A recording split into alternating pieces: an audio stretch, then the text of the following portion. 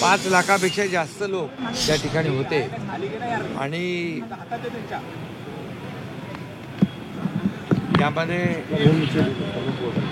लाखो लोक सहभागी झाले होते बैलगाडी शर्यत पाहण्यासाठी। आणि खऱ्या अर्थाने बैल हा शेतकऱ्यांचा सोबती असतो, साथी असतो आणि शेतकऱ्यांसाठी देखील ही बैलगाडा शर्यत अतिशय महत्त्वाची ठरली। मोठ्या प्रमाणावर त्या ठिकाणी फॉर्च्युनर, त्याचबरोबर थार गाडी, ट्रॅक्टर, टू व्हीलर अशी मोठी बक्षिसं त्या ठिकाणी लावली होती आणि एक शेतकरी 10-15 लाख रुपये त्याच्यावर कर्ज होतं, तो फॉर्च्युनर जिंकला आणि त्याच्यामध्ये पहिल्यांदा लाडक्या बहिणींचा सहभाग देखील या बैलगाडा शर्यतीमध्ये होता। हा देखील इतिहास होता।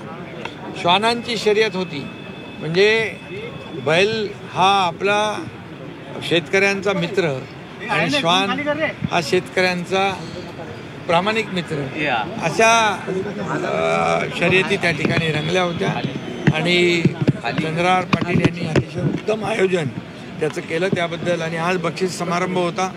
मी मनापासून सगळ्यांना ज्यांना पारितोषिक मिळाले, जे विजेते आहेत, त्यांचं अभिनंदन करतो। प्रामुख्यानं महत्त्वाचं आहे। अजित पवारांचं असं म्हणणं आहे की वन खात्यानं असं कळवलंय की हे बिबटे काही जंगलातले नाही आहे, त्यांची पैदास ही उसांमध्येच झालेली आहे। नाही, आज मुख्यमंत्री महोदयांच्या अध्यक्षतेखाली एक महत्त्वाची बैठक झाली। अजितदादाही होते आणि आम्ही सगळेच होतो। त्यामध्ये जे काही पुणे जिल्ह्यामध्ये जुन्नर असेल, शिरूर असेल, पारनेर असेल, अहिल्यानगर असेल, या अनेक ठिकाणी बिबट्यांची जी दहशत पसरलेली आहे आणि लोक भयभीत झालेले आहेत। मी स्वतः त्या ठिकाणी व्हिजिट करून आलो आणि दिवसा ढवळ्या बिबटे तिकडे फिरताना लोक पाहत आहेत। त्यामुळे आजची बैठक अतिशय महत्त्वाची होती आणि त्यामध्ये जो बिबट्या गावठाणाकडे, घराकडे, या ठिकाणी शेतीकडे येतो आणि त्याला तात्काळ जेरबंद करण्याचा निर्णय झालेला आहे। ट्रँग्युलाइज करणं आणि त्याला जेरबंद करणं, यासाठी निवारा केंद्र वाढवणं हाही निर्णय झालेला आहे। त्याचबरोबर जो नरभक्षक आहे त्याला, नरभक्षक बिबट्याला दिसताक्षणी गोळ्या घालण्याचाही निर्णय झालेला आहे आणि कुठल्याही परिस्थितीमध्ये माणसाचे जीव वाचले पाहिजे।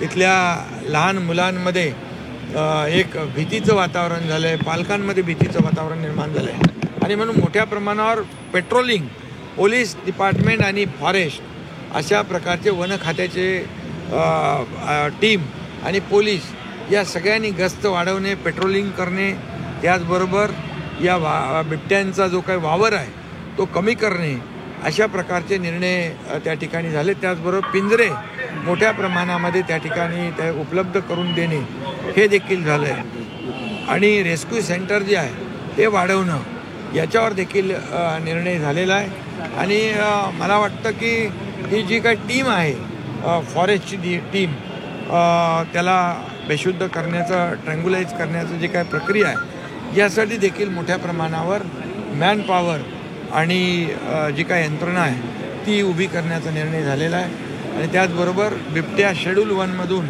शेड्यूल 2मध्ये टाकण्यासाठी केंद्र सरकारकडे देखील मागणी करण्याचा निर्णय झालेला आहे, जेणेकरून त्या भागामध्ये बिबट्याची दहशत संपून जाईल आणि त्यांना पूर्णपणे जे काही रेस्क्यू सेंटर आहेत, जे आता तिथं त्याची कॅपॅसिटी कमी आहे, परंतु ती कॅपॅसिटी वाढवणं हे याच्यावर निर्णय झाला आहे आणि त्यासाठी जे काही करावं लागेल ते शासन करेल।